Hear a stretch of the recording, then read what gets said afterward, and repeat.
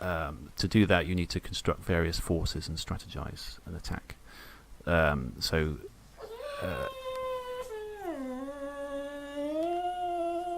That's my dog, sorry. Oh my god, that was really weird. I thought, what the hell is that? That was so He's having weird. a bad dream. Well, that's the clip. That's the opening clip for the podcast, sorted.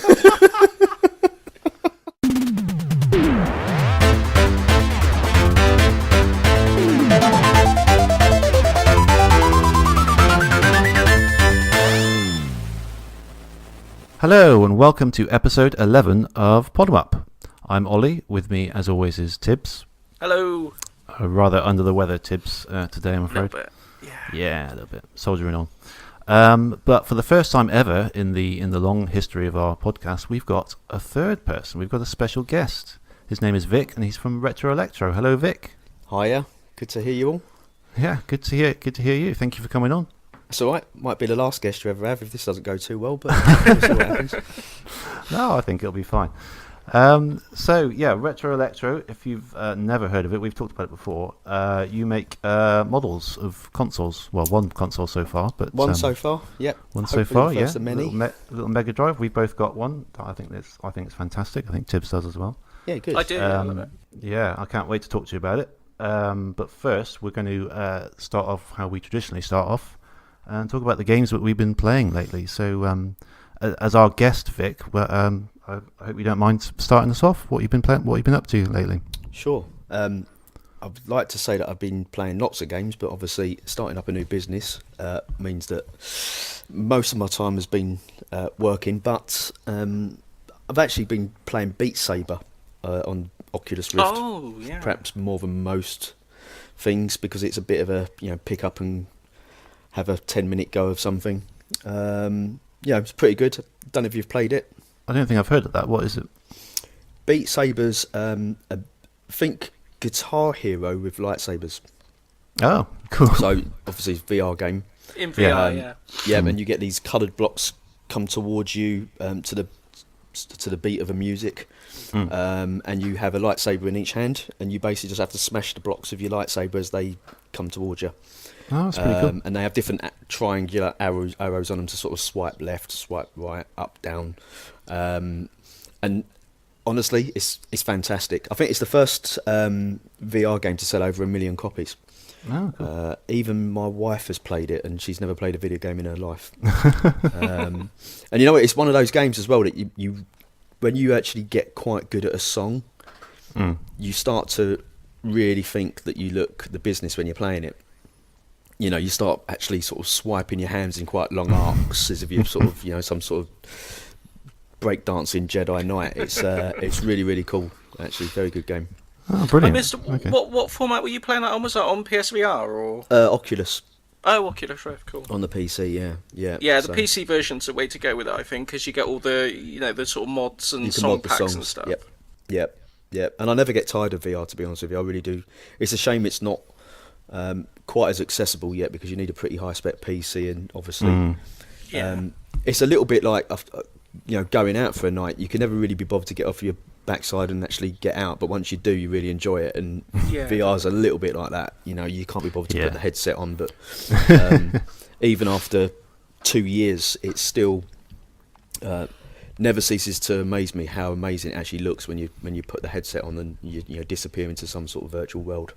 Yeah, So absolutely. hopefully it improves over the next couple of gens. But, Yeah, I think it will. I must admit, I have tried VR a couple of times, but I don't have my own headset or anything. But it's interesting to watch it grow and the kind of games that come out for it. I think, so it sort of started off getting quite sort of gimmicky games, but now you're getting sort of quite interesting kind of ideas, aren't you?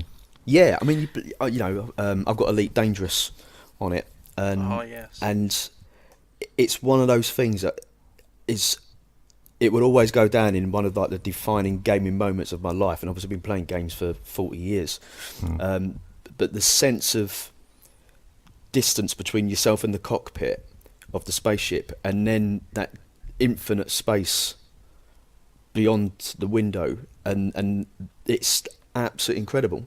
I mean, it's almost quite scary when you play it because you actually do feel like you're just floating around in space in a tiny little ship. I can imagine. Yeah. It's really cool. Oh, I've only got the PSVR because my PC is nowhere near powerful enough to run to run a Rift or a HTC Vive or anything like that. But the Eve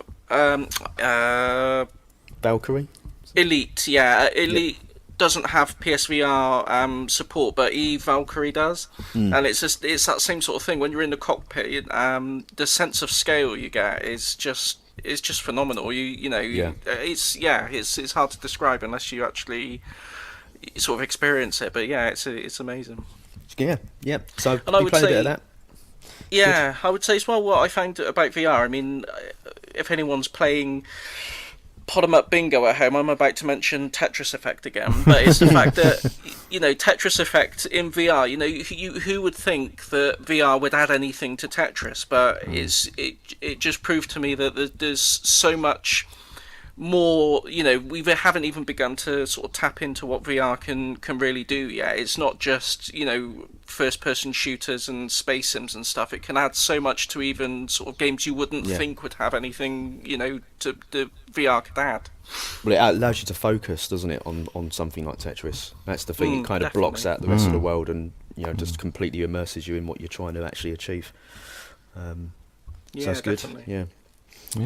Other than that, I've just been playing a few old retro games like eSWAT on the Mega Drive and a few other bits and pieces that I can just sort of load up, have a couple of goes on. I find myself spending most of my time actually just trying to sort out like a select collection of emulated games on my PC with all of the cover art and the screenshots and everything, and just kind of curating it and it's funny you should say that. The library, Yeah, I'm exactly the same. I spend more time managing ROMs than I do playing. Yes, yeah. Because I've got my Raspberry Pi, and I'm just at the moment I'm in the middle of making like a theme for it. Like each system has its own like theme and own artwork for it and stuff, and you're like, as you said, like curating like the ROMs, because you don't want every single ROM in there. It would just take too long to go through, and you're never going to play most of them. Absolutely. Yep. But just narrowing down that list, and thinking, okay, I'd like to quite try that, put that in, and kind of finding games that I'd never even heard of as well, and just seeing, I'd like to put that in. Yeah, I think it's ROM collection's one of those things that when they first sort of came out, you kind of, I've got to get the complete set. Yeah. And then you realise that a complete set of Spectrum games is like 40,000 games or something. And no one wants to scroll through a library of those. No. So I ended up actually just a couple of evenings sitting there with every platform and going, what were my favourite games of the system? What were the best-selling games of the system? What were the games with a lot of historical significance? And kind of just coming up with these short lists of maybe like 30, 40 games for each system. Yeah. And it's much more manageable. It's definitely the way to go. Yeah. Yeah. Definitely. Yeah, it's good. And then you kind of, for me. Yeah, and your list kind of expands as you sort of find more. I find anyway. Yeah, definitely. I've got sort of about 100 Mega Drive games in mine, and I'm now looking at other ones to add. I think I'm going to end up with like 100 more, to be honest. Yeah, which is not a very narrowed down voice. You've picked them. That's right. They're hand some selected. Criteria. Yeah. Yes, that's right. Yeah, that's interesting you say that. Yeah. So, Tibbs, what have you been up to then? I played Windjammers. Okay. On Switch, because the limited run put out a physical copy of mine. Mine arrived today. So I've been playing quite a bit of that. Is that the original one, or because there's a Yes. sequel coming, isn't there? That's not out yet, is it? It's not out yet. The sequel's coming. It's from the same guys who are doing the Streets of Rage 4. Yeah. So it should be good. But I played a bit of that today. It's quite good fun. I'd never played it before. I'd heard of it, so I sort of took a chance on that one, thinking it'd be all right. And the fact is, I thought I would probably get the second one. And if they release a physical of that, I can't have a physical copy of Windjammers 2 on my shelf without Windjammers 1 being next to it, 'cause it would just play havoc with me. So I thought I better get pretty both. much my entire business model. Yeah.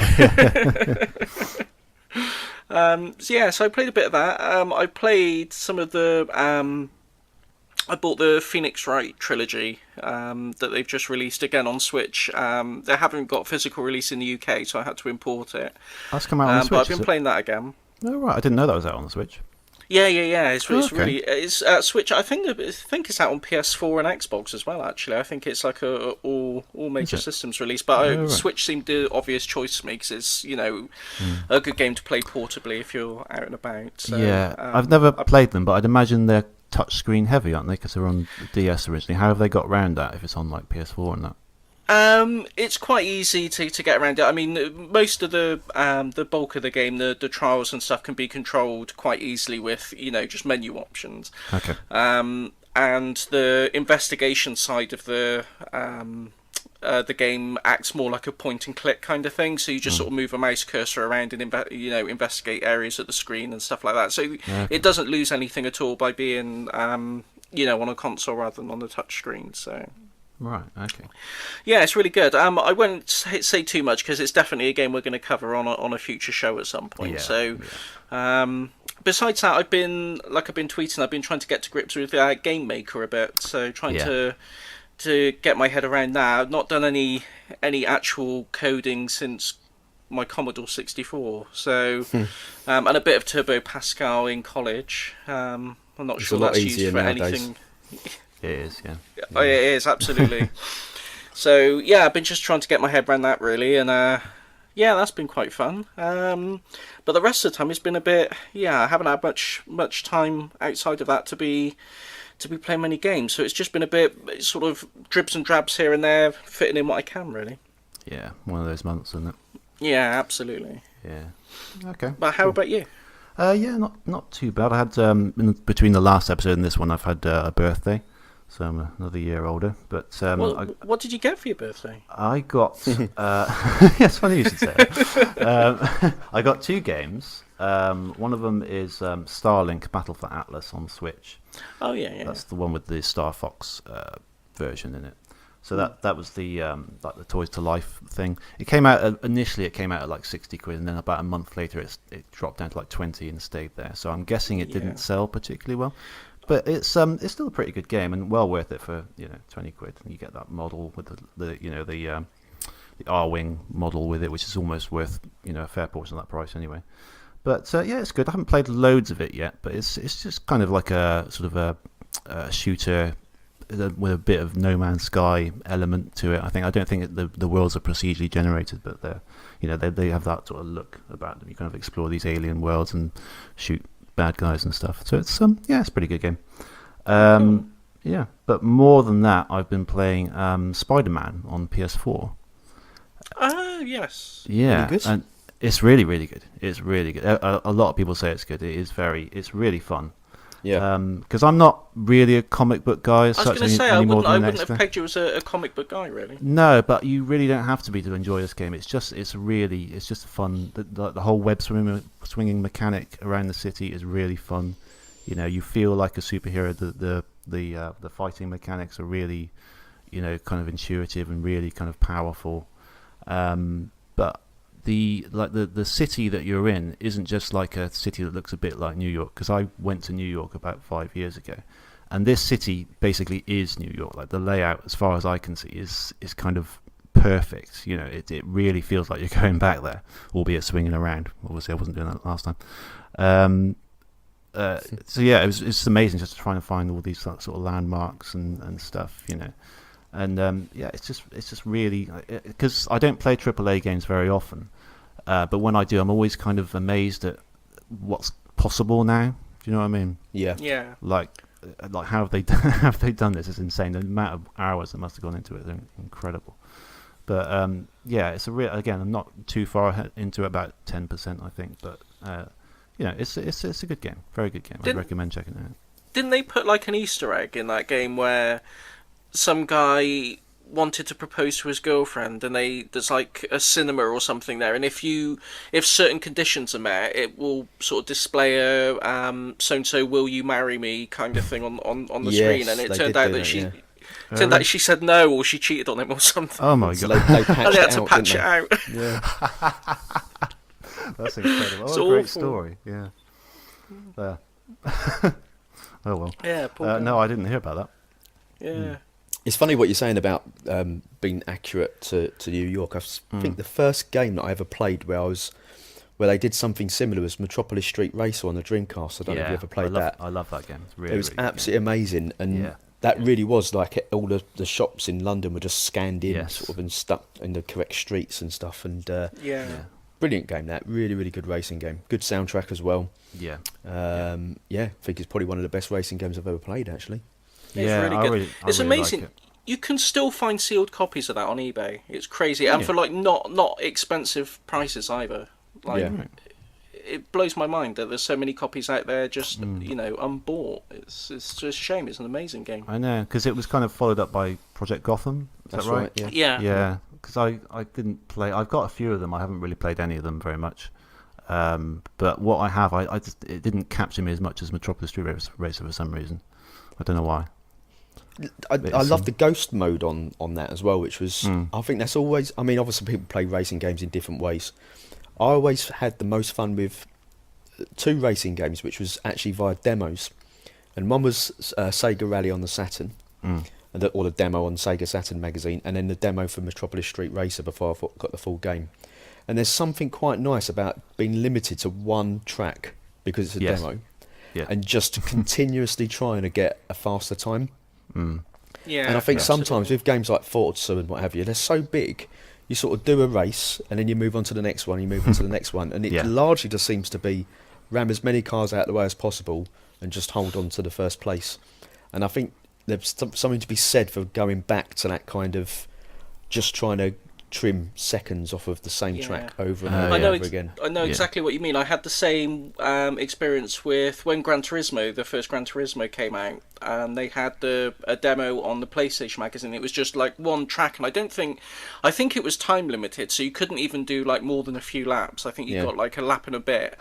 And it was literally that. It became, my version of Gran Turismo was just trying to shave every sort of millisecond off, just doing my personal best round and round and round that track, and I knew it like the back of my hand by the end of it. Yeah. I think racing games have lost a lot of focus actually on what a lot of people like about them, which is why they've suddenly become a bit of a niche genre in many ways. When people talk about racing games, they're either talking about your Mario Kart type ones, which everyone wants to play, but they're not really racing games, and then even things like Gran Turismo have kind of taken this sort of, you have to be a racing fan to want to play Gran Turismo. And it never used to be the case 20, 30 years ago. Racing games were considered no different from, FPS shooters or anything else, really. No, that's true, actually. Yeah, it was a big sort of staple genre, really, initially. And now, you don't get quite so many of them anymore, really, do you? No. As you say, they fall into those two categories, I mean, I'm actually thinking about it. I'm wondering if a lot of genres are kind of moved to the sidelines, like your 2D beat 'em ups. I mean, when you consider how big Street Fighter 2 was with everybody, and now the Street Fighter series is, you've got to be really into your fighting games and do your frame counting and all that sort of stuff to be right into them. Yeah. So I think actually probably the middle ground's just been taken over by either FPSs or third-person games like Grand Theft Auto. And every other genre's sort of almost become niche in a way. Yeah, it's interesting, isn't it? I never really thought about it like that, but it's almost like they've all specialised in, like everyone who's ever interested in them has gone down these sort of routes and got more and more intense as a result. Yeah. Yeah, it's interesting. Same with shooters. Yeah. Everyone would have a shoot 'em up, whether it was Gradius or, Thunder Force or whatever.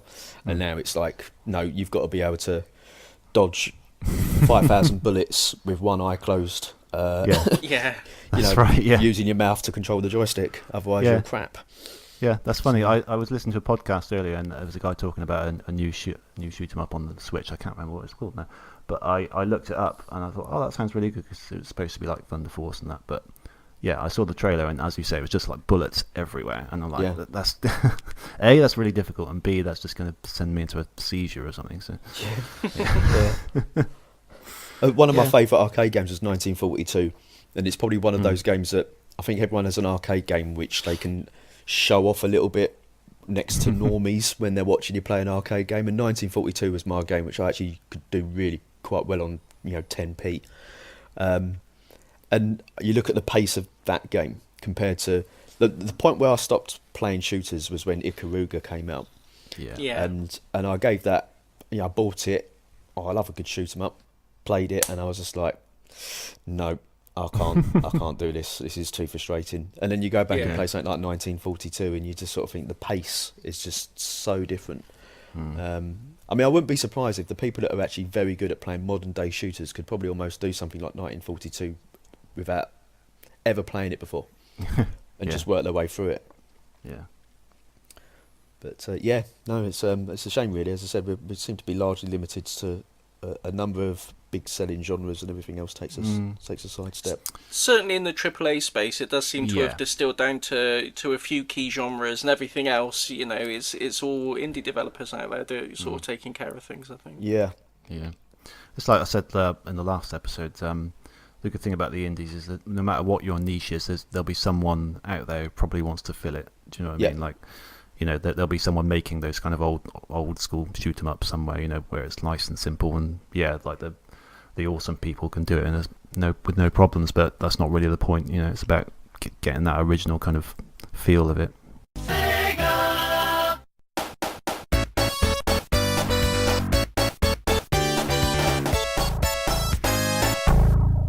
So, Retro Electro is your company, Vic?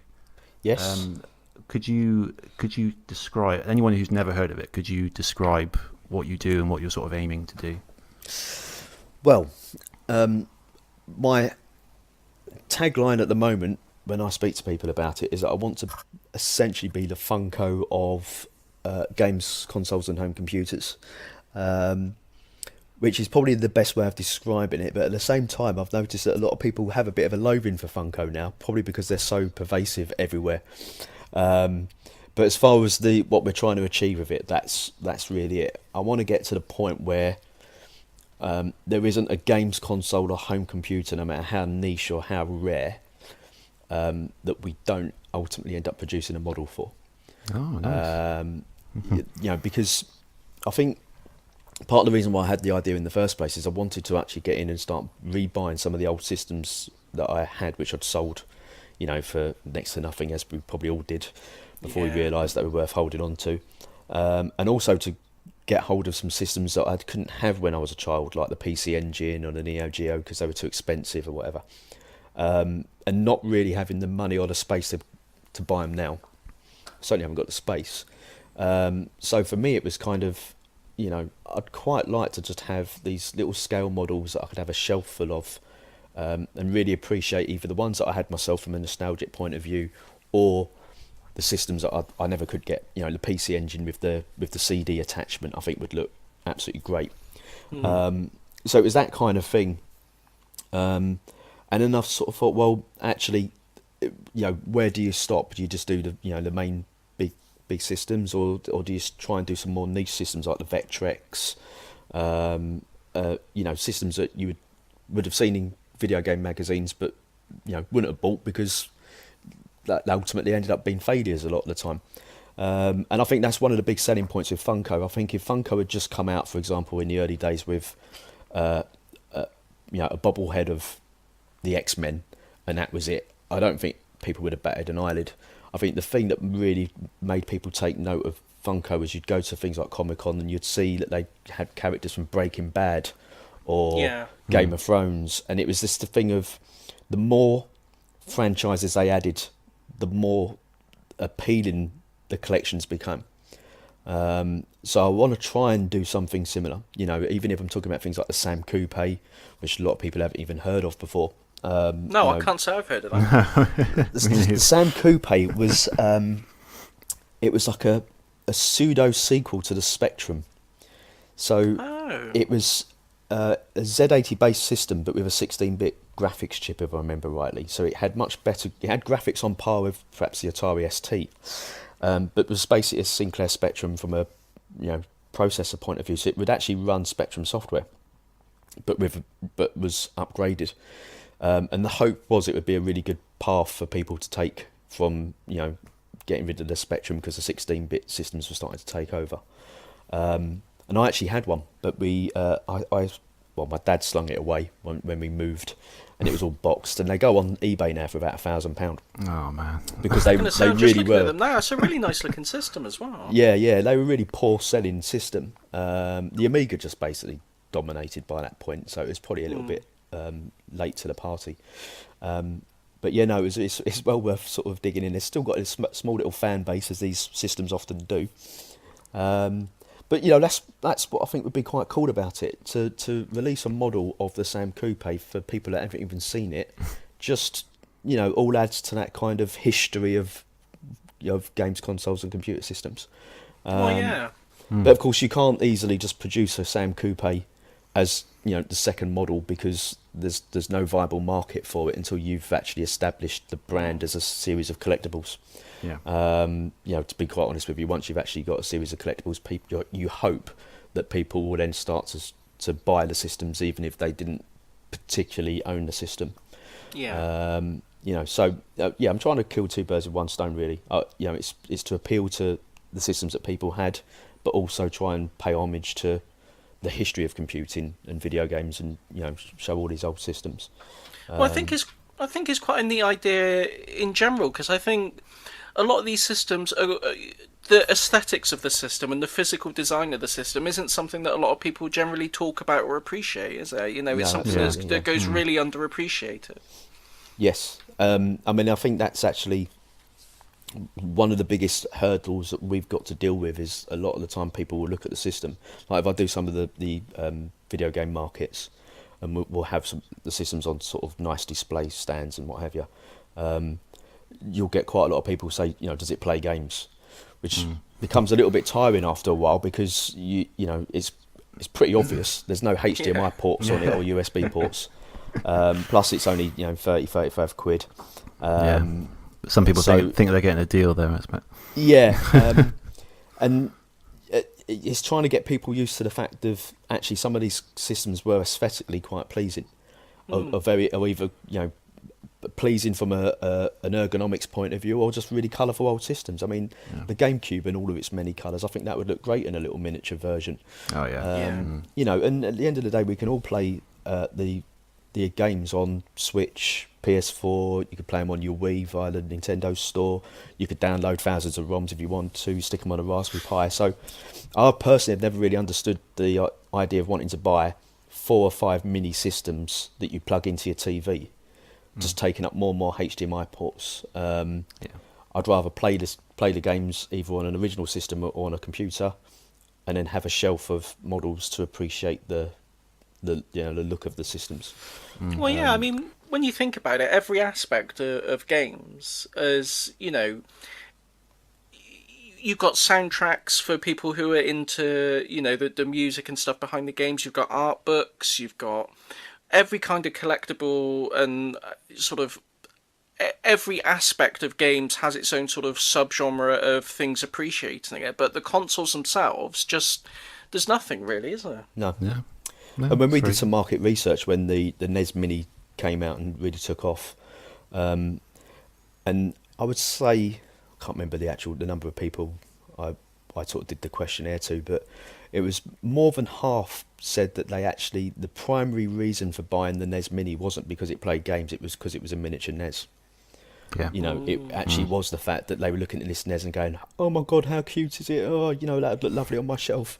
And actually had nothing to do with the fact that they could play, you know, Super Mario Brothers on it, because they could play that on, as I said, on their Wii at the time anyway, really. So that was partly what sort of convinced me to push forward with this.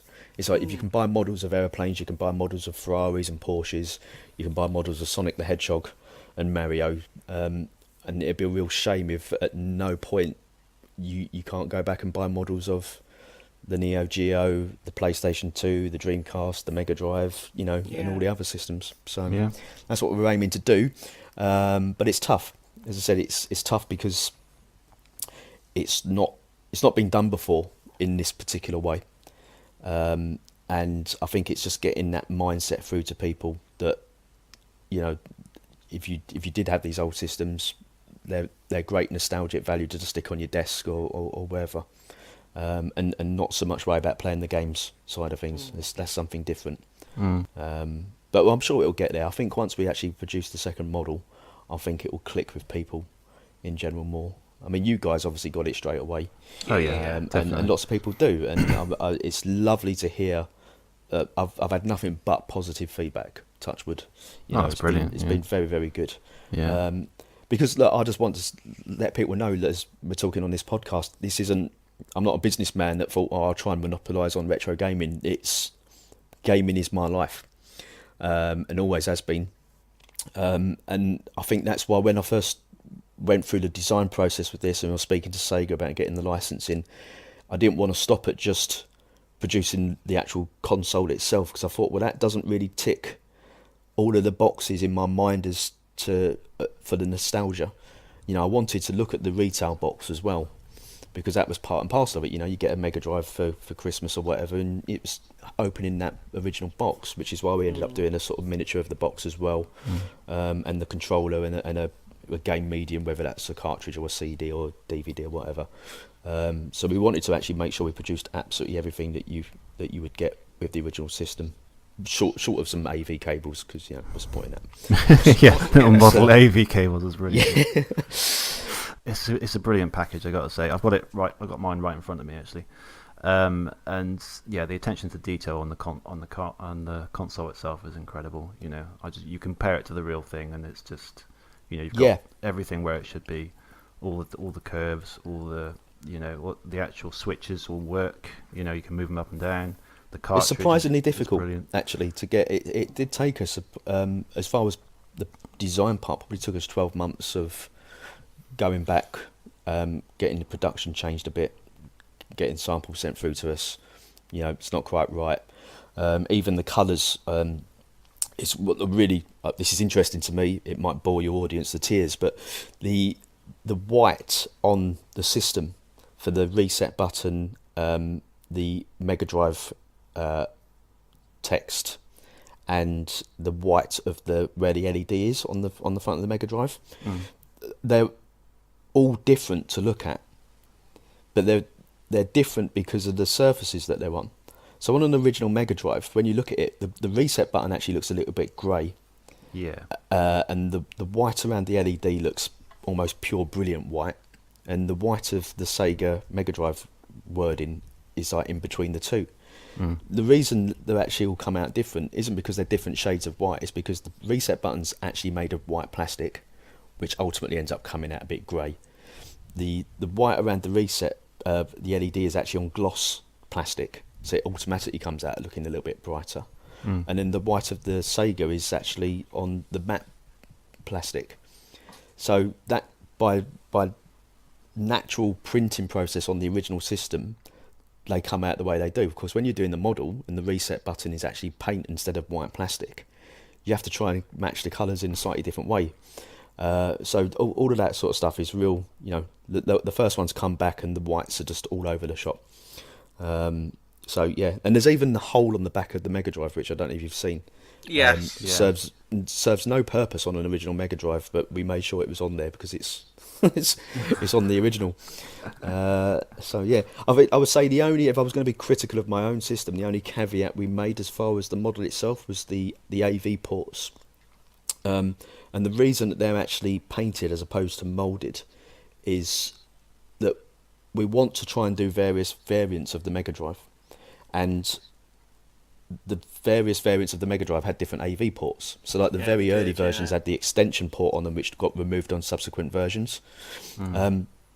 If we injection moulded those segments onto the model, then it would have required a completely new mould for every variant, which we wouldn't have been able to produce really, just from a cost benefit.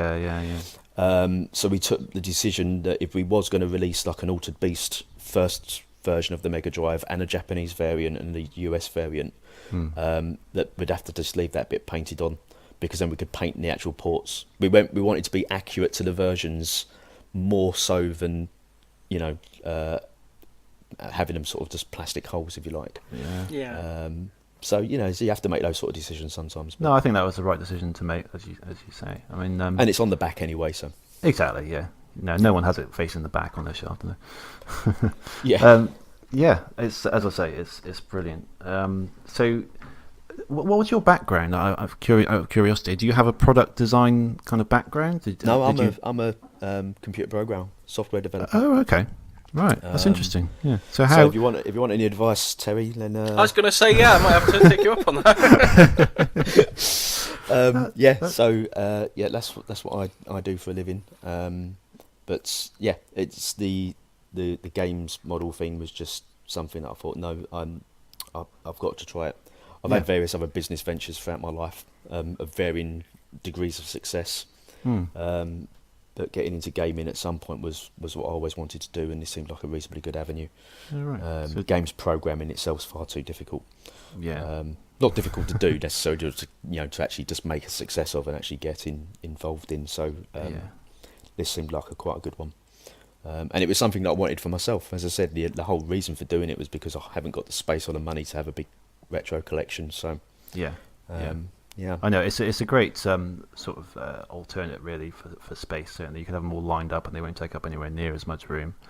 The box again. I've still got a lot of my the boxes of my consoles actually sort of shoved up on a really high shelf in my room, just kind of desperately holding on to them while I just lose having more space. But I can't get rid of them because, as you say, the box is important. That's what you saw when you open it up on Christmas morning, Yeah. So that was your first glimpse of the console, and you kind of want to hang on to it if you can. So including the boxes along with the console and the controller is a great idea. I mean, we all live in reasonably small houses over here as well. Yeah.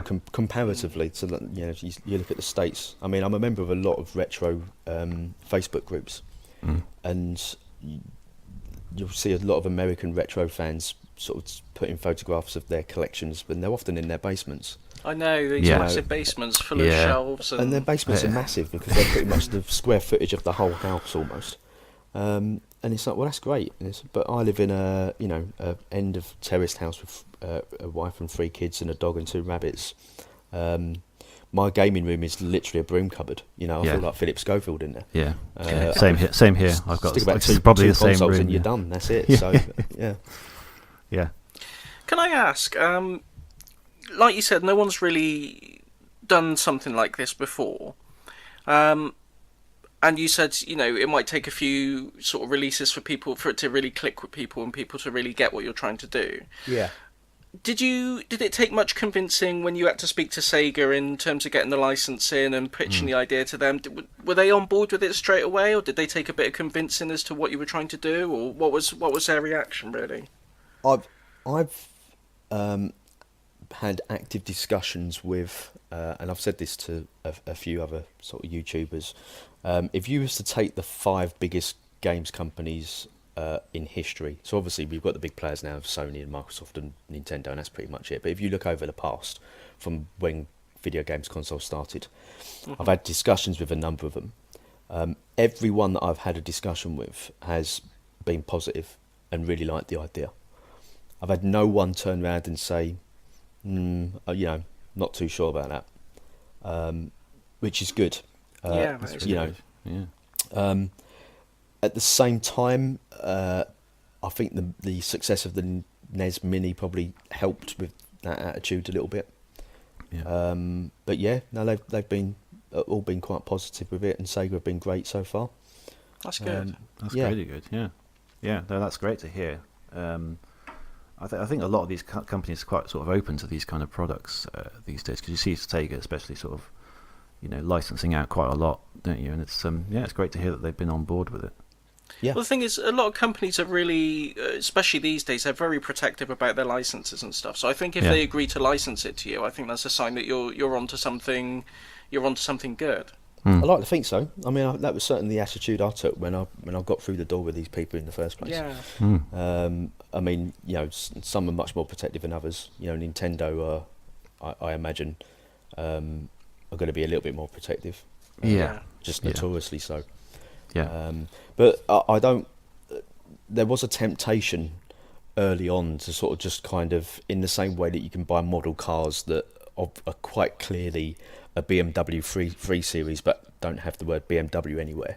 There was a temptation early on to just sort of go, or licensing is going to be really tricky. Maybe I should just do some reasonably cheap lookalikes, if you like. Release a Nintendo 64 or something. Yeah, absolutely. And I was like, no, that's not going to really, as I said, it's not going to light those memories from a nostalgia point of view, in my opinion. No. So we've made a rod for our own back in some respects by ensuring that every system's going to be licensed, because for example, getting the license for the Commodore Amiga is going to be an absolute nightmare. We're already sort of looking into it, but Commodore Who even and Amiga holds the are both, license for that these days? well, it's multiple people. Yeah. And so this is the problem. So Commodore is obviously owned by one group, Amiga is owned by someone else, and then that's disputed as well. So some of them are a real issue. Even something like the Spectrum is reasonably fine, but people are often surprised when you have to look back and find out who acquired it, because obviously Amstrad bought Sinclair, well, towards the end of its life, but obviously Amstrad's set-top box division then got bought by Sky, so trying to actually track down who owns the licenses to various things can be a real pain. Yeah, and after their recent misadventures with licensing their brand out, I think they're going to be a bit more cautious as well, aren't they? Yeah, totally. And then you get things like the Vectrex, which, as I said, I'm currently looking at the moment, which actually revert back to the original inventor, Mr. J. Smith. So, in some respects that's quite good, because you're not dealing with a big company and all the hassles that come with that, but at the same time you're trying to pin one person down to a negotiation. So we'll try our best. As I think, as I said, going back to Funko again, which I don't want to sort of labour the point too much, but I guess what's happened with Funko now is that people are knocking on their door saying we want a Funko of a pop vinyl of one of our licenses. So it's now the tables have turned a little bit, and I'd like to think that if we can get maybe 10 or 11 systems out, we'll get to the point where people are actually saying, well, why haven't you done a model of ours yet? And switch it around a little bit. Yeah, that'd be brilliant. That'd be awesome. Yeah. I think the obvious question is, I don't know if you can even tell us, but what are you thinking of next? Yeah, no, I can't tell you. Sorry. No, I thought you couldn't. As I said, we're sort of ready to go from a business perspective and a planning perspective. We are in talks, as I said. Obviously, our relationship with Sega is really good at the moment. So there is definitely a second model planned. The reality of the situation is it's a small business, and it takes a surprising amount of money to actually get something mass produced out onto the market in the way that we have. So we're really sort of relying on the Mega Drive 1 actually doing well enough to sort of kickstart the finances for the next one, to be perfectly frank. That's the thing. That's why I'm quite happy to come on the podcast with you guys, and we're just trying to get this one sold. If this one doesn't sell enough, then obviously it's going to make it much more difficult to get the next model out. If anything, it will just mean it takes longer to get the next model out, and I don't want to leave it too long, really. So, did I see you say on Twitter that you were planning to or thinking of releasing individual little cartridges for the Mega Drive that you could print your own labels for? Not specifically. That's something that we would quite like to do, like a collection of cartridges, almost in their own right, like like the Lego minifigs. Where you get like the Shinobi trilogy and the Shining Force trilogy, etc., as a little collection of cartridges. So that's something we'd really like to do. But we'll just have to see. As I said, people can then either collect them as part of the main models themselves, or just not worry about the main models and just enjoy collecting little miniature cartridges or discs or whatever. So it's something we're looking into, but we'll have to wait and see. Do them as blind bags, little bags. Open them up, 4 or 5 cartridges in there. It'd be amazing. We thought about the blind bag thing until I realised just how bloody annoying they are for my daughter to put them. So, it's, It's quite good for kids because they just immediately assume if they get one that they've already got that their parents will just buy them another one at some point anyway. But I imagine for us, for people of my age, I'll just be really, really annoyed if I get the Sonic cartridge 4 times in a row.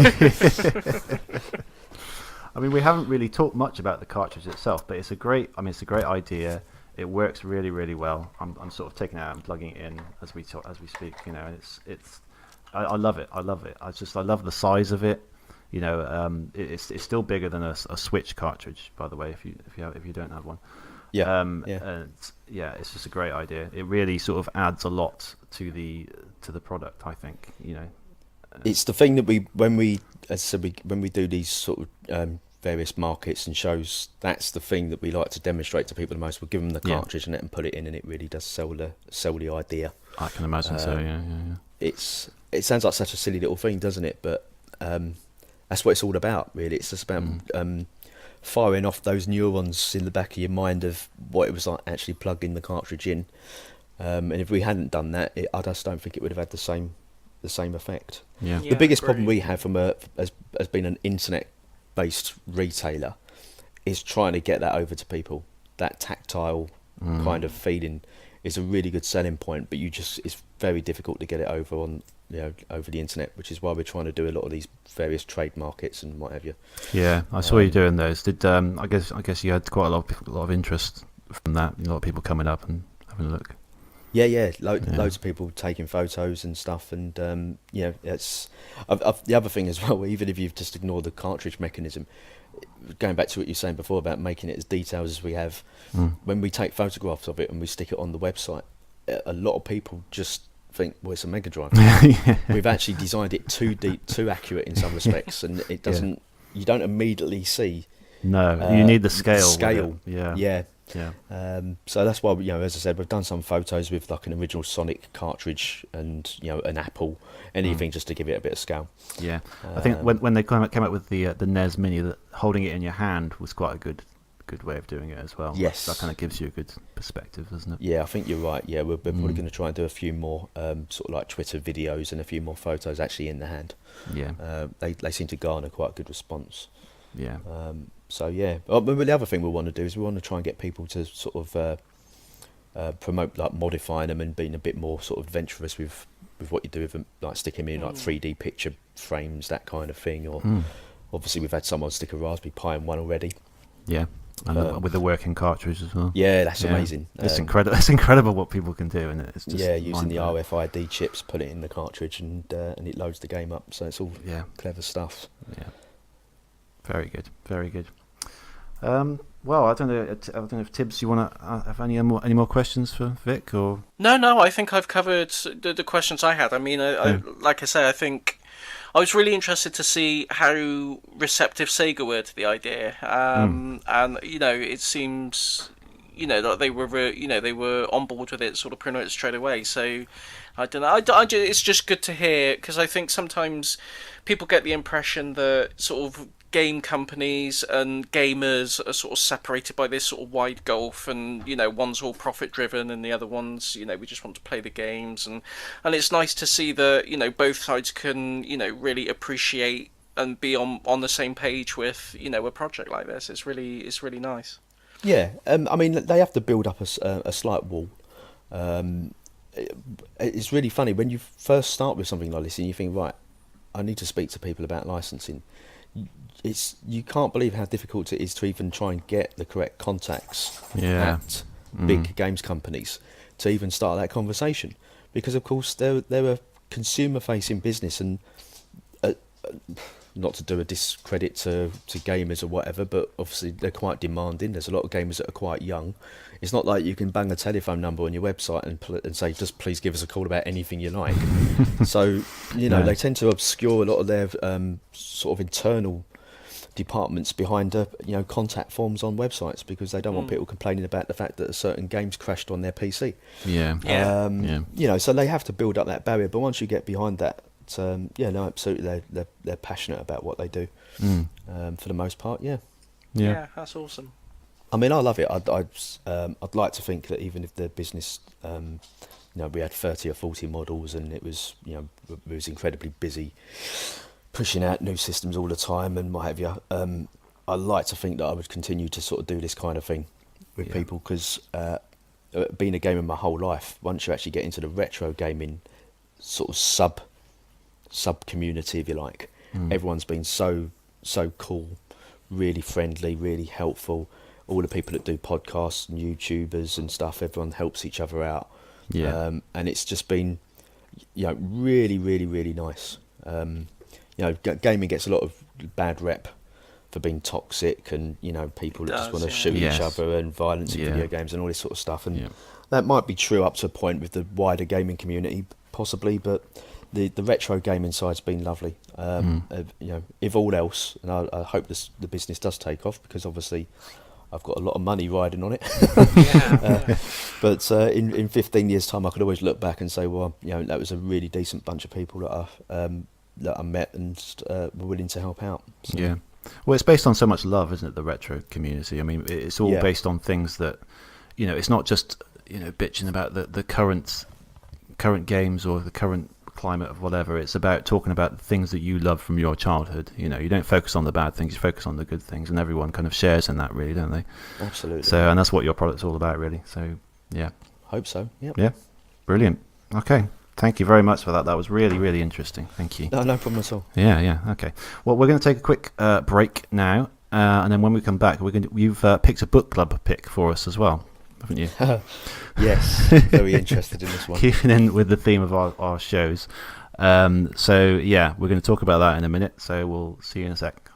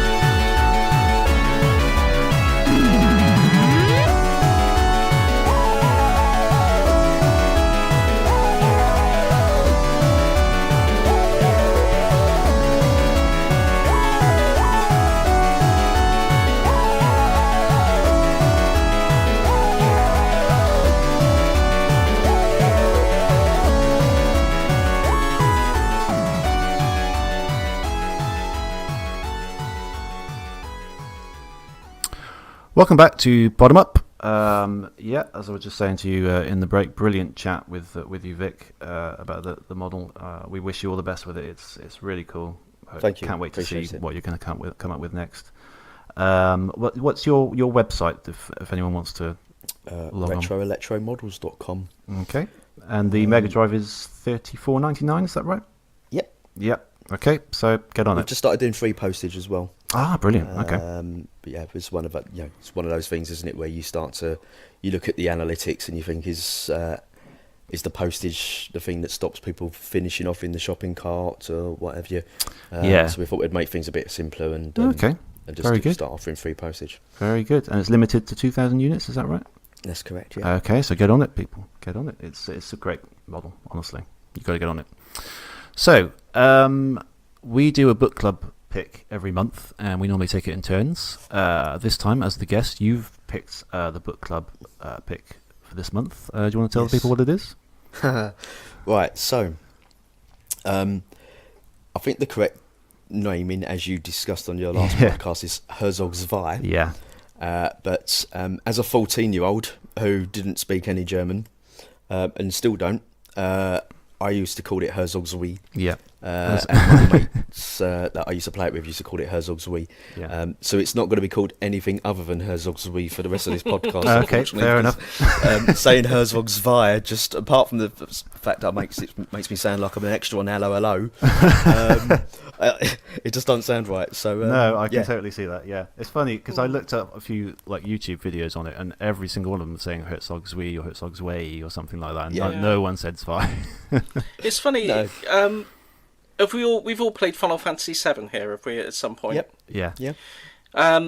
Cat Sith. Apparently, the proper pronunciation of Cat Sith is Cat Chi. but Really? I just can't get my head around it. It never sounds right to me. So just because it's the technically correct pronunciation, I'm always going to call him Cat Sith. It's just one of those things, isn't it? Was his name spelt like C-A-T or was it C-A-I-T? I thought it was C-A-I-T. Yeah, C-A-I-T-S-I-T-H. I was just calling him Kate Sith. It's not something that I ever said out loud. No. Yes, I think I was the only person that ever played Final Fantasy VII amongst my group of friends. So it wasn't like I'd sort of walk up to them the next day and go, "Oh, well, have you leveled up, Kate Sith?" Yeah. So, but in my mind, I think it was probably it flitted between Cat and Kate. Yeah. So Herzog Zwei is a real-time strategy game, and it's kind of the first one in a sense. Is that kind of right? Yeah. It really is. I mean, I'm sure, as with anything that's labelled the first, you could find examples of components that built, got that sort of genre to where it is. But I think it's widely considered to be the first RTS that has the most common elements of what make the genre, which is deployable units that you can control, either via command or directly, and bases. And as I said, I'm not sure there's a game that ticks those boxes before Herzog Zwei. Yeah, it's surprising that it was on and just an early Mega Drive game as well, where it was sort of surrounded by kind of arcade ports and very kind of arcadey games. You've got this kind of thing that's more suited to a PC generally, that we think of. Yeah, it's interesting. But it is a sequel, as you mentioned on the podcast, that there was a Herzog, which I think came out on the MSX and the I did look that up after the podcast. Yeah, there was an original. Yes, that's right. Yeah. Again, doesn't actually really follow the criteria of being an RTS in the same way as Zwei does, because you couldn't actually individually control the units. So what you basically did is you controlled the robot similar to this one, but you just built the units and they just helped you in battle. So this was the first one where you could actually issue them commands. Yeah. Okay. Yeah. No, I got it originally on the Mega Drive when I was 14 years old. I had an import Mega Drive, so mine was a Japanese import before. I think the Mega Drive had only just come out when Herzog Zwei was released. So mine was a Japanese import. So if you imagine how complicated that game was to figure out how to play now, we will get into videos, this, how long do you think it took me to figure it out with a Japanese instruction manual? God, yeah, God knows. I don't know how you... Me and my mate spent a good 3 or 4 evenings trying to figure it out. But that's what you did. You've spent 40 quid on a game. Of course. You're not a teenager. You're not going to discard it, especially if you've just imported it, and it's not like these days where you play a ROM and if you can't figure it out within 5 seconds you play another one. That was a different time. But I mean, some of the stats, so it's developed by Technosoft and published by Sega. First released in December 1989 in Japan, and then April 1990 in America, and some point in 1990 here. It's an early Mega Drive game. These days it's around, for a box one, it's around 25-30 quid. So not too bad, but a little bit kind of expensive-ish. And a loose cart is about 10 to 20 quid, but not too bad. It's as you say, Herzog Zwei means Duke 2 in German, apparently. Oh, Duke. I Duke. see. Yeah. Okay. Yeah. So you got it. You got the Japanese version. I mean, what kind of drew you to getting it? Just a lack of choice. Okay, fair enough. It was, back in the. As I said, I don't know how old you guys are. I've just turned 44.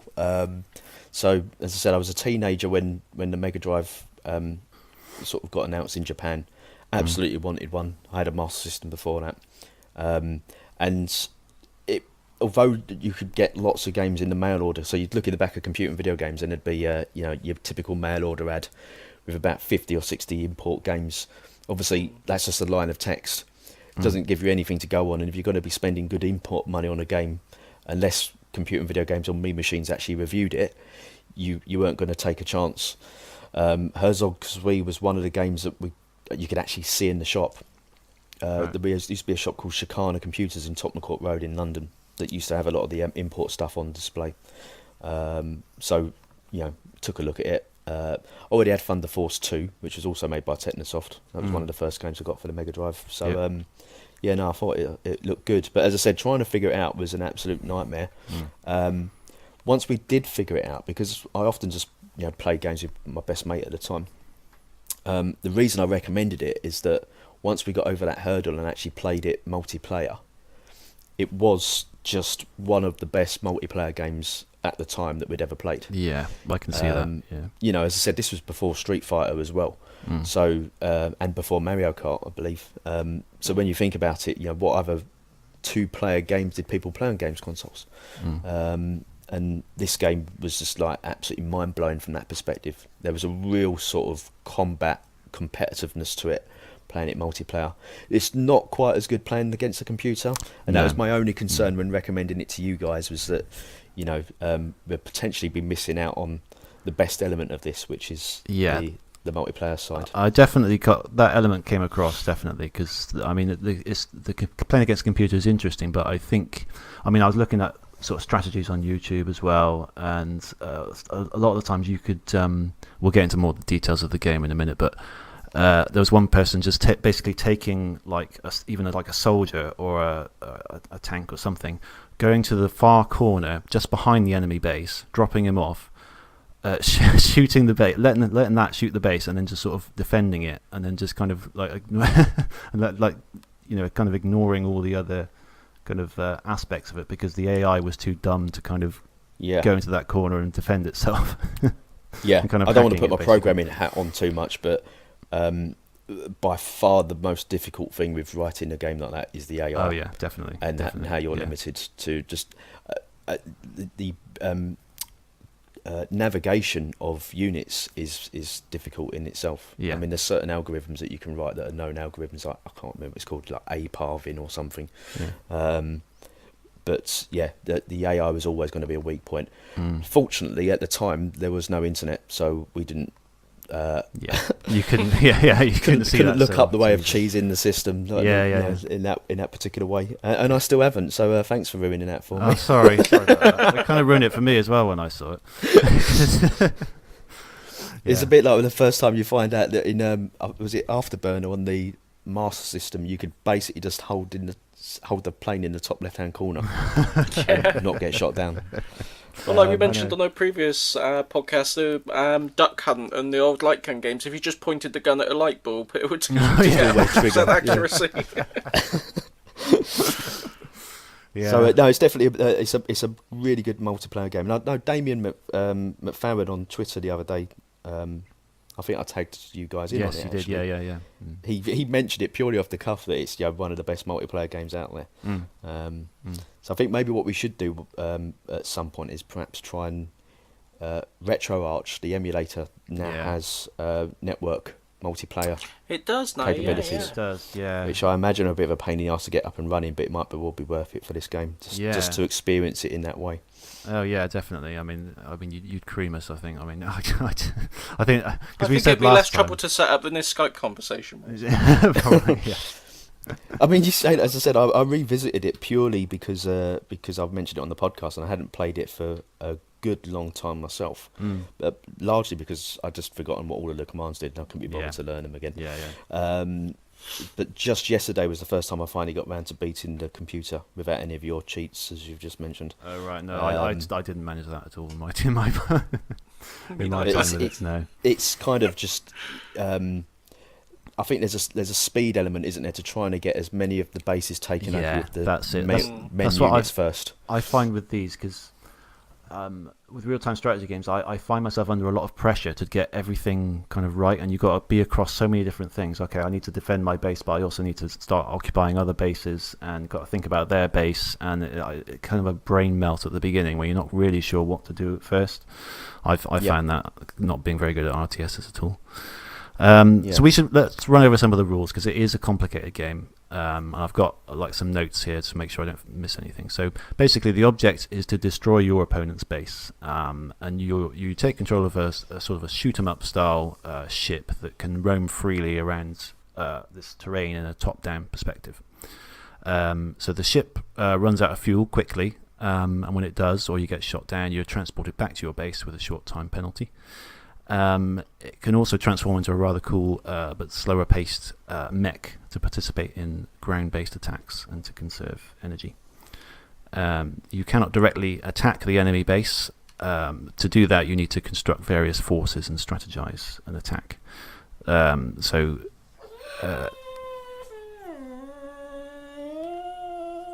That's my dog, sorry. Oh my god, that was really weird. I thought, what the hell is that? That was so weird. Well, that's the clip. That's the opening clip for the podcast. That was really bizarre. Do you know what? I don't think he's ever done that before in his entire life, but because I've just I'm doing a podcast, I decided. That was so bizarre. That sounded like a ghost or something. In fact, it sounded a bit like Tibbs, and I thought he was going a bit nuts. Oh, bless him. Oh my god, what's your dog's name? So let's talk about Herzog Zwei. What's your dog's name? Marley. Oh, good boy, Marley. Good boy. What a surprise. Yeah. Oh wow. Okay. Sorry about that. That's all right. No, don't worry. That's scared the bejesus out of me, but that's all right. That's never happened on the show before. Okay, so where was it? So via a menu, you can order various types of unit, and you can pick them up from your home base and distribute them where you please.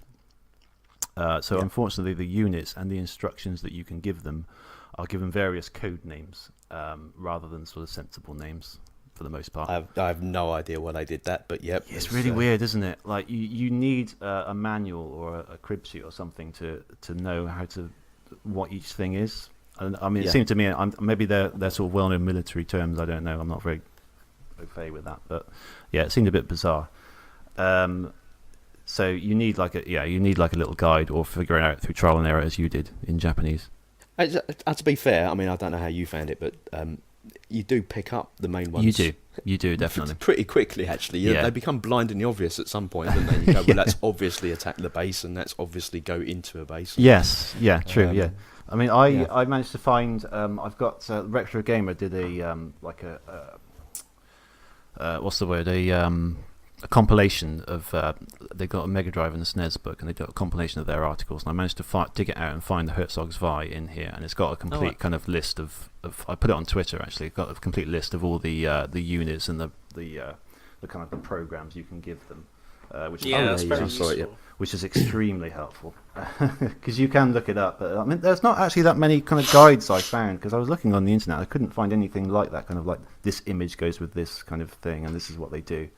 So I'll run through a few of them. So you go through a menu and you order kind of these units to appear. You go and pick them up. You can get an infantry, which are essential for occupying other kind of smaller bases throughout the terrain, aren't they? So I think the main purpose of that is to get more money. Is that right? Or money coming in at a more frequent amount. Right? Yeah. So you've got a sort of a limitless amount of money in that it keeps topping up. But to occupy more bases by sending out, I think it was 4 infantry soldiers to occupy the base. By doing that, you'll get money coming in more frequently, so you can spend it on more units. Yeah. So you've got an FWA, which is a motorcycle scout, obviously. An ARM 51D, which is an armoured car. TAX 52, which is a tank. A SAM 42, which is a surface-to-air unit. That's designed specifically to take out the enemy commander's plane. And then you've got a GMR 34A, which is a gun emplacement. An ST 57U. I don't really know why I started reading out all these, but I'm going to carry on anyway. And that's a boat. And then you've got a supply. There's not many, is there? No, there's not too many. There's a supply truck. I never actually used a supply truck. Is that rearms your troops? So they run out of ammo. They do. Eventually, a little speech bubble pops up next to them with an exclamation mark inside, which basically means they've run out of ammo. Okay. And the supply truck will, if it's not falling off the edge of a cliff and getting stuck somewhere. Yeah. It happens a lot. That's a very annoying part. Yeah. And it's a shame on the first map. It's more prevalent on the first map that you would select. Yeah, I didn't There's really. Quite a few little canyons. Yeah, I did try a few others, but I mainly stuck to that first map, and it was it was kind of an annoying feature.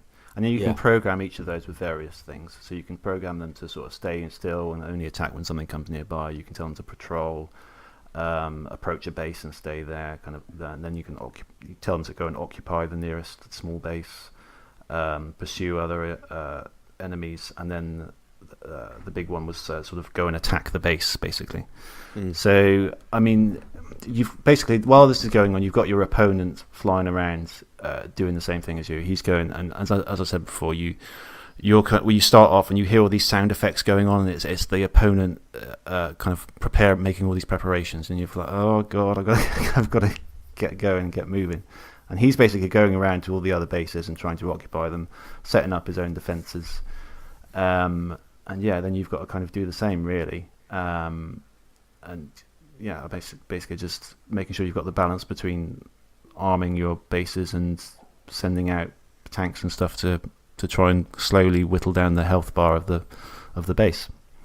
So, yep. Vic, I don't know if you want to add what your sort of usual strategy is to this, because I went through a few different ones and they all kind of failed. Well, I don't think it's anything particularly clever. I think there's an element of dexterity there, as I suppose even with modern RTS games.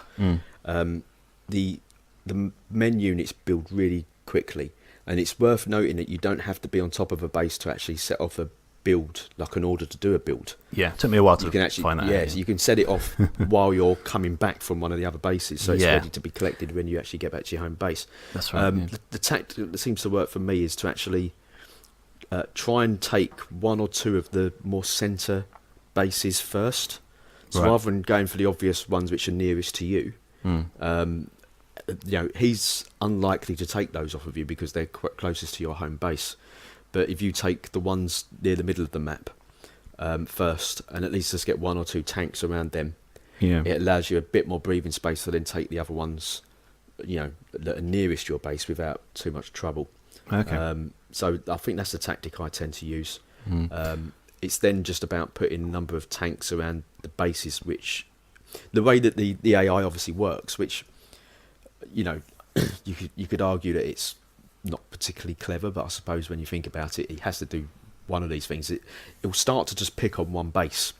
Right. It's either one that you haven't taken yet, or it's one that you have taken, and once you know that he's picking on that one base, that's the one that you stick a lot of units at.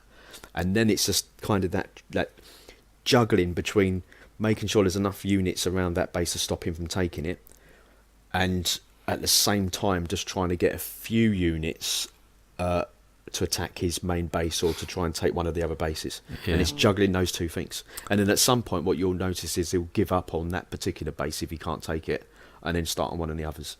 And that's kind of how it works. And it is just a battle of attrition. But that's really why I totally take your point with RTS games, that if you play one with a mouse and keyboard and there's no you are the commander, if you like, as opposed to a character on screen, there is sometimes quite a lot going on. And the reason I like this one so much, and I think it was, considering it is one of the first, or the first, and it's such a masterstroke, is the fact that your commander is a character in the game. Yeah, there's an interesting twist that I haven't seen that in anything. They did it in Total Annihilation on the PC. Oh, right. Which was actually a really good RTS game.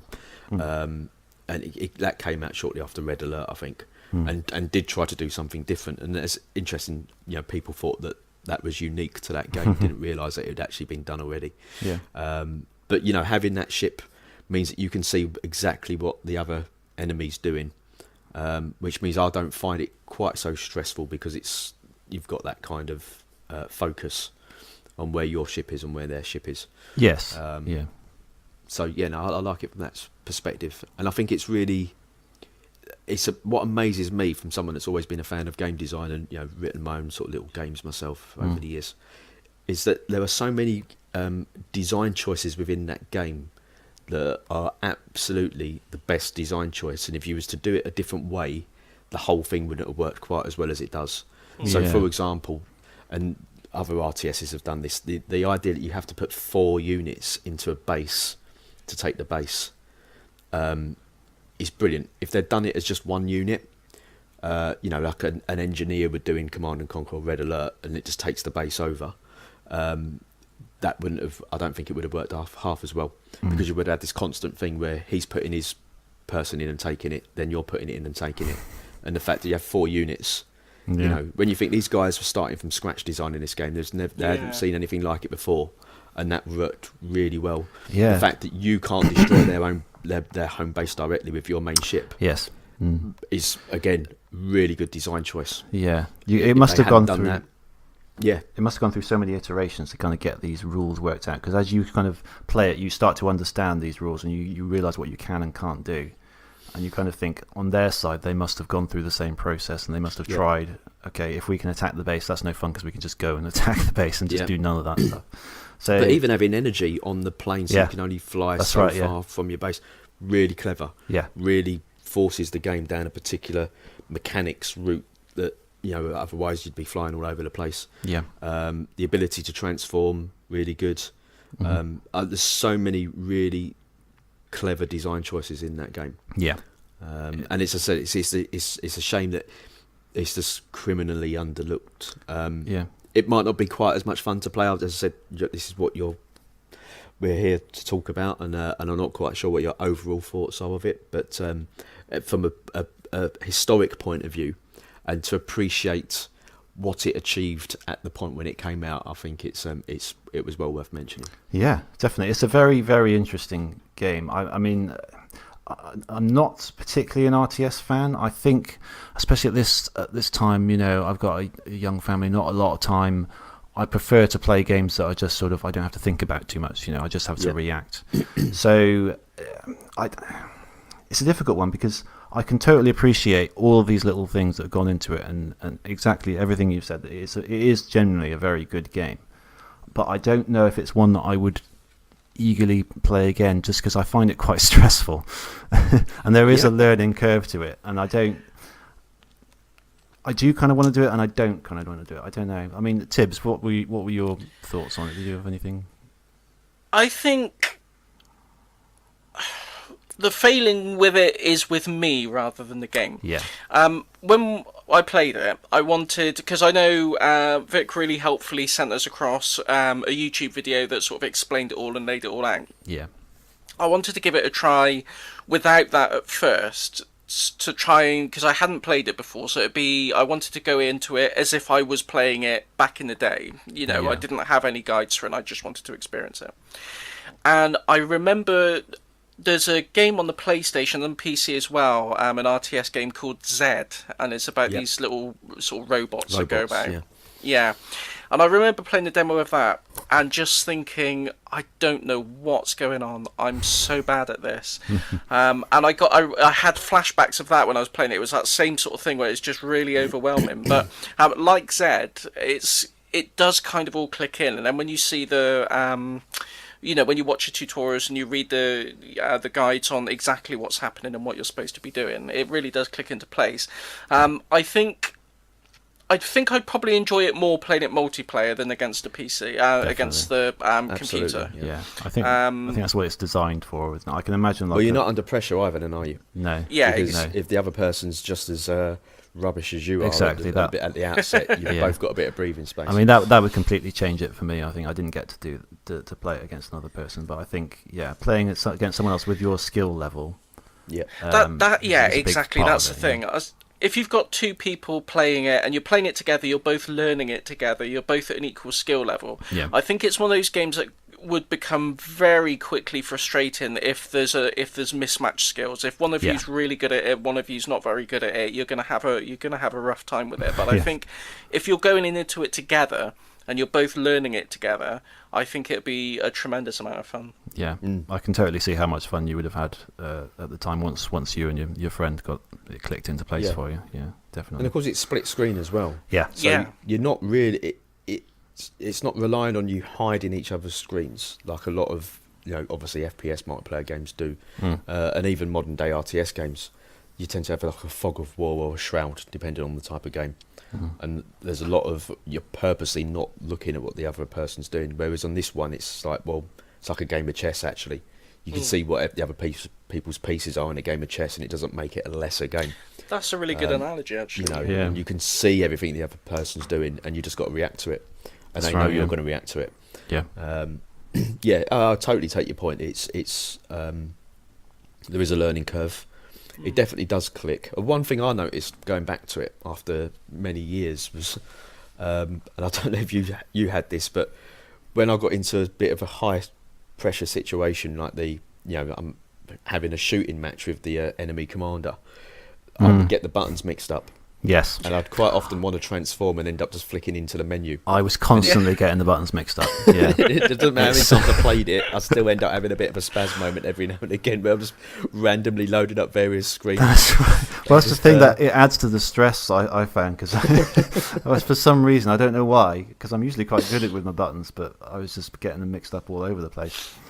Yeah. Yeah. I'm glad you said that. Again, I'm sure that comes with experience at some point. I don't ever remember having that problem when I played it back in the day.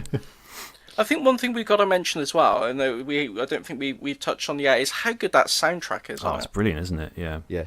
I mean, it really is. It's like that classic Mega Drive sound. Isn't it? It's very similar to the Thunder Force games, isn't it? Yeah. That soundtrack. I love those soundtracks. Yeah, they're really. Yeah, really I wouldn't be surprised if they've got the same composer actually. It's the same company. Yeah. But yeah, absolutely. And the shooting elements. I mean, I suppose the only thing that I'd perhaps is a bit of a negative to it, apart from the single player thing we just mentioned, is the fact that you've got essentially a shooting aeroplane that doesn't tend to do a lot of shooting unless the other commander's in play. Yeah. And considering their shoot 'em up heritage with the Thunder Force series, it would have been quite nice if there were some units that you perhaps could shoot and bring more of the shoot 'em up element into it. Yeah. Just seemed like a bit of a wasted opportunity. Yes, it's almost. I always thought it was like a kind of a Trojan horse kind of game where it was kind of trying to sell itself as a shoot 'em up, but really, that was just the basic part of it. It wasn't really a shoot 'em up at all, and maybe that's what contributed to it not being a huge success and being. I mean, at the same time, it's the best way of doing it. People have struggled to do RTS games on games consoles for decades now. Yeah. And even every especially during the Xbox 360 and PS3 generation, there was always this thing of there's a new RTS coming out and they finally cracked it on games consoles, and then it comes out like Halo Wars, or there was that Ubisoft one, wasn't there?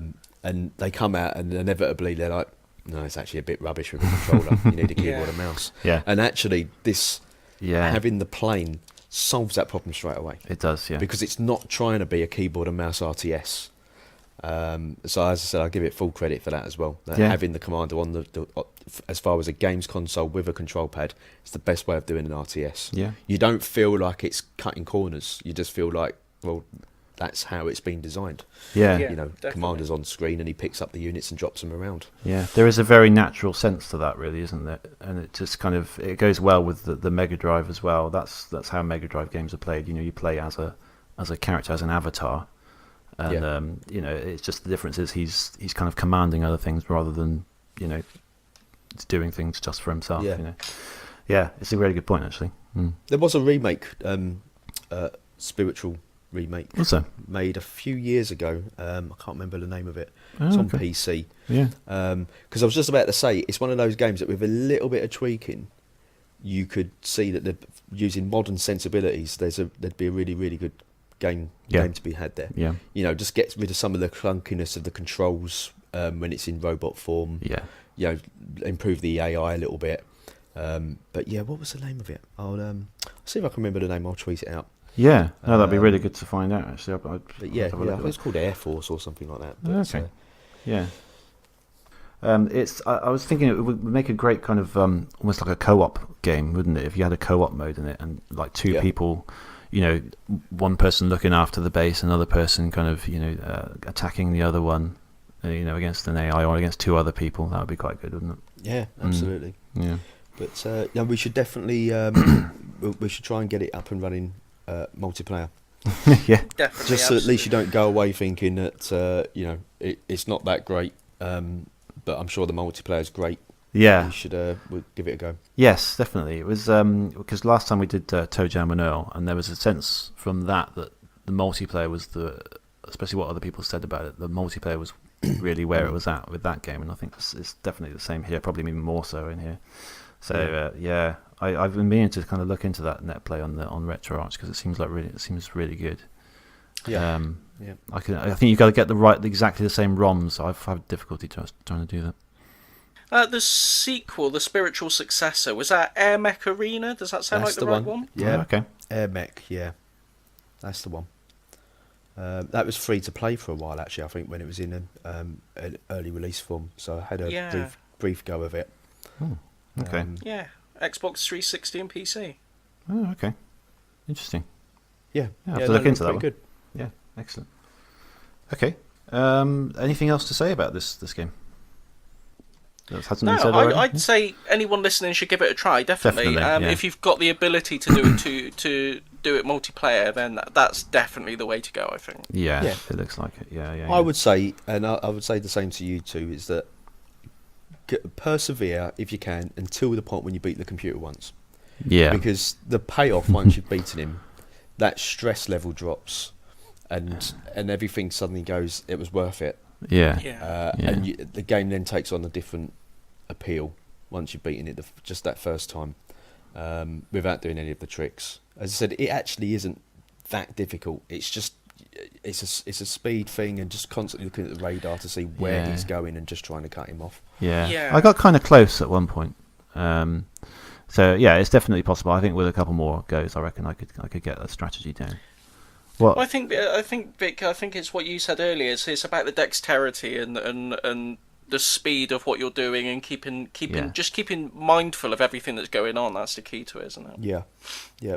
But I totally take your point about just games just being quite stressful now a lot of the time. They're either one or two things, aren't they? Either they require too much brain matter, which after you've done a day's work and everything else is going on, you just don't want to invest, or they're 300 hours long. Yeah, exactly. And I think that's one of the big problems with AAA games now is that they've almost all just followed this template of like they call it like the Ubisoft template, but it's actually the Grand Theft Auto template as much as anything. We're going to give you this massive world, and we're going to give you 500 things to collect and a different 500 things to collect as well, and all of these things to hunt and all of these things to build. And if you're a little bit OCD, which I think a lot of gamers are, that I find that quite stressful. Because I hate the fact that all of these things are in the game and I'm not going to do them. Yeah. And the main missions tend to take a side course because you're too busy trying to do all these other little collecting things. That's right. And ultimately, it just ends up putting you off AAA games because I can't be bothered to spend 300 hours playing a game. Yeah, that's exactly. I think it was Assassin's Creed that broke me on that one with all the feathers and the flags and stuff. You know, I just. Too much.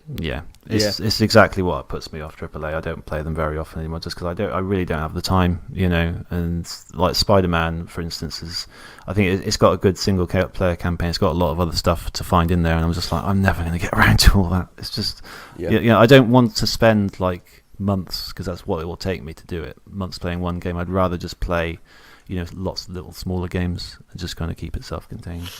Yeah, I think Crackdown on the 360 had it right, where it was just like there's orbs. That's the only collecting thing, and the orbs have a tangible effect on your character because they basically level him up. And I was fine with that. But as I said, when you play like some of the Far Cry games, or as you said, Terry, Far Cry, the last Assassin's Creed I got was the Origins one. Was it the one in Egypt? I never played it, but I think that was Origins, wasn't it? Yeah, and I realised that I'd probably spent 20 hours on it and only done 2 of the main missions because I spent half the time following dots on a bloody radar. And then I made a conscious decision, which I think is actually quite a good one, which was to head for the main missions on the map and only do the submissions that cross your path. So ignore all the other ones on the map. Yeah. And don't go out of your way to go to these other missions, but just go for the ones that are on your way to the main mission. And that was much better. But obviously by that point, I'd sort of lost all my goodwill by grinding for most of it. So. Okay, right. So should we wrap this one up then? It's getting late now. So is everyone happy? Yeah, I'm very happy. Cool. Yeah, thanks for having us on. No, brilliant. There's one matter left though, isn't there, to pick the game that Tibbs and I will be playing next month. Yes. That's going to be my choice, is it? It is. It About is. time. Finally.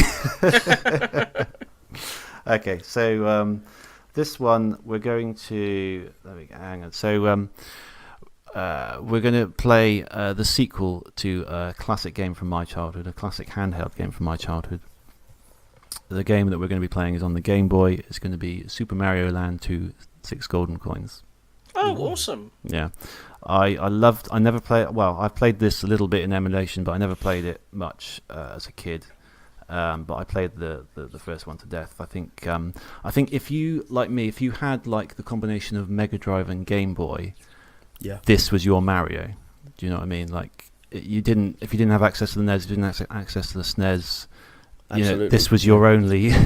A lot of Americans don't quite understand this, I think, but you know, this was my idea of Mario. So whenever people say the classic Mario theme, you know, I think to me that's not it. It's the music from Mario Land. You know, Exactly the same situation for me. Yeah. Had a Game Boy and a Mega Drive. Yeah. Did get a SNES eventually. Yeah. But and it's the only Mario I ever finished. Yeah.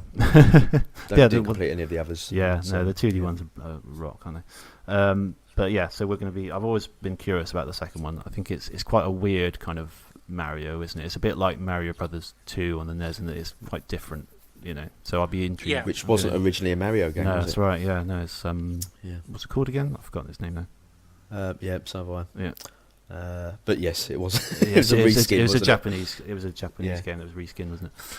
Yeah. So yeah, that's what we're playing. Good stuff. Excellent. Yeah.